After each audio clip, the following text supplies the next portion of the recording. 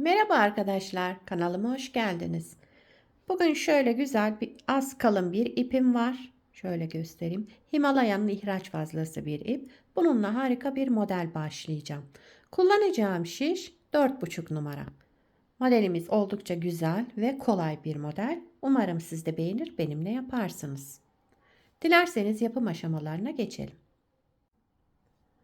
Ben şöyle küçük bir parça hazırladım. 2 sıra haroşa lastik yaptım. Bu model için ilmek sayısı 2 ve 2'nin katları artı 1 olacak. Yani ilmek sayımız tek sayıda olması gerekiyor.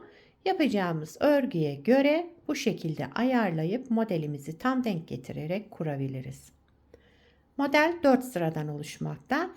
Şimdi birinci sıra ön yüzündeyim. Kenar ilmeğimi örmeden aldım. Kenar ilmeğinden sonraki ilmeğimi ters ördüm. Bir ters, bir düz. Şu şekilde. Bir ters, bir düz örerek birinci sıramızı tamamlayalım. Ters ilmekle başladık. Bir ters, bir düz. Birinci sırayı böyle devam ediyoruz. Bir ters, bir düz. Bir ters, bir düz. Bir ters, bir düz, bir tersle bitirdim. Ters ilmekle başladım, ters ilmekle bitirdim. Kenar ilmeğimi düz olarak ördüm. Birinci sırayı tamamladık. İkinci sıra arka yüzündeyim. Kenar ilmeğimi örmeden aldım. Bütün ilmeklerimi ters örüyorum. İkinci sıra arka yüzünde ilmeklerimizi ters örerek devam ediyoruz.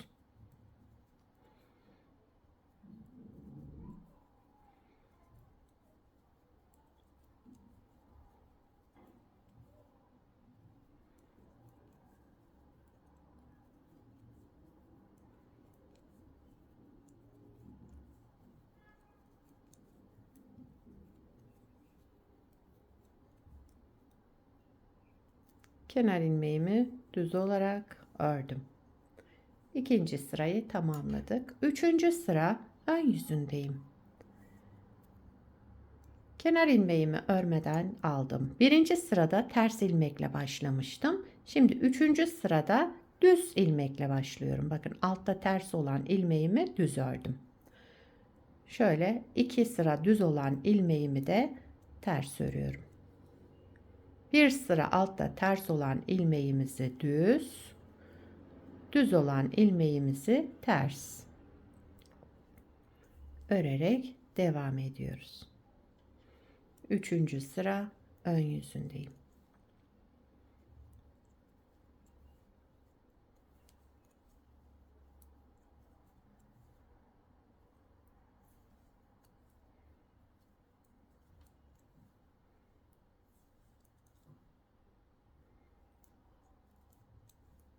Bir ters, bir düz ilmek, kenar ilmeğimi de düz olarak ördüm. Üçüncü sırayı da bu şekilde yaptık. Dördüncü sıra arka yüzündeyim. Kenar ilmeğimi örmeden aldım. Yine bütün ilmeklerimi ters örüyorum.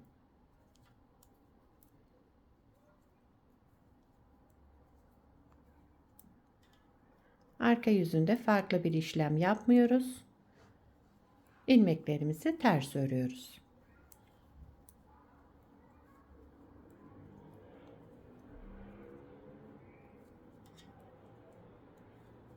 Evet, sıra sonuna geldim. Modeli bir kez kurmuş olduk. Modelimiz 4 sıradan oluşmakta. Şöyle. Tabii şu anda pek göstermiyor model. İlerledikçe gösterecek. Bir kez daha kuralım hemen. Modelin birinci sıra ön yüzündeyim. Kenar ilmeğimi örmeden aldım. Sıradaki ilmeğimi ters ördüm. Bakın şuna dikkat edelim. Şöyle düz olan ilmeğimizi ters örüyoruz. İkinci 2 sıra altta ters olan ilmeğimizi de düz. Yani bir ters, bir düz, bir ters, bir düz örerek birinci sıramızı tamamlayalım. Birinci sırada kenar ilmeğinden sonra ters ilmekle başladık.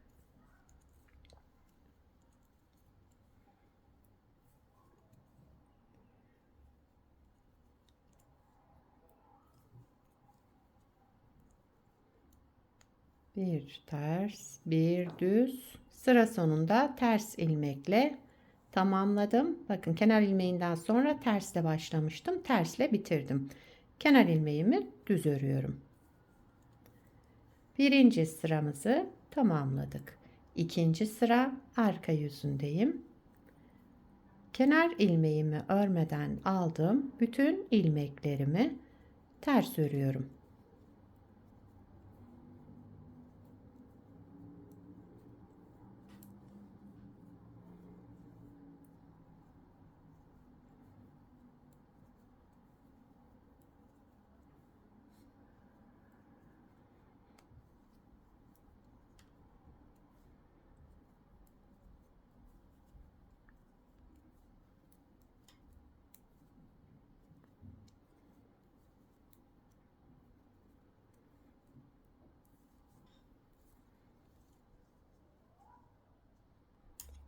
Üçüncü sıra ön yüzündeyim.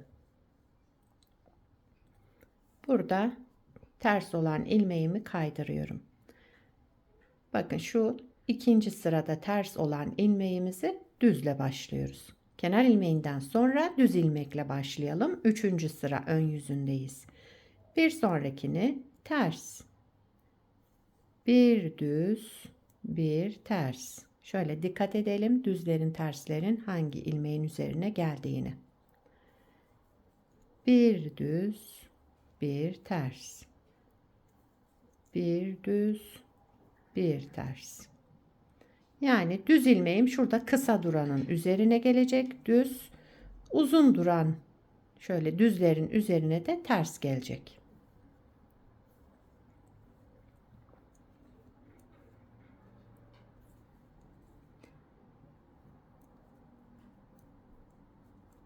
Bir ters, bir düzle sıramı tamamladım. Düz ilmekle başlamıştım, düz ilmekle bitirdim.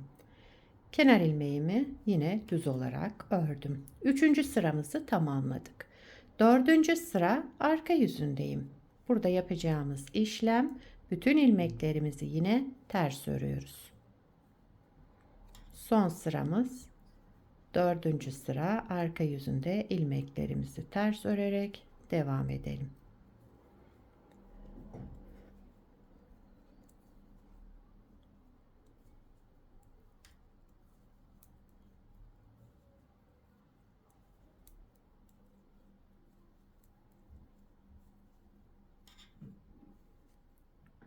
Kenar ilmeğimi de düz ördüm. Modeli iki kez kurmuş olduk. Modelimiz hep bu 4 sıranın tekrarından oluşacak şöyle. Bir parça da şöyle daha önce yaptım, hazırladım. Şunu beraber yapmıştık zaten. Bunu da lastiksiz yaptım. Bakın direkt ilmekleri aldım ve hemen modeli kurmaya başladım. Bu şekilde kullanabilirsiniz çünkü modelde kıvrılma olmuyor. Modelin ilerlemiş hali bu şekilde. Arka yüzü de şöyle bir görüntüsü var. Her iki tarafı da kullanabileceğiniz güzel, kullanışlı bir model. Burası arka yüzü. Şöyle. Bu modeli her türlü örgülerinizde kullanabilirsiniz. Bebek battaniyesinde, atkı bere yapımında, yelek, hırka, süveter her türlü örgüde kullanılabilir. Gayet güzel ve yapımı da oldukça kolay.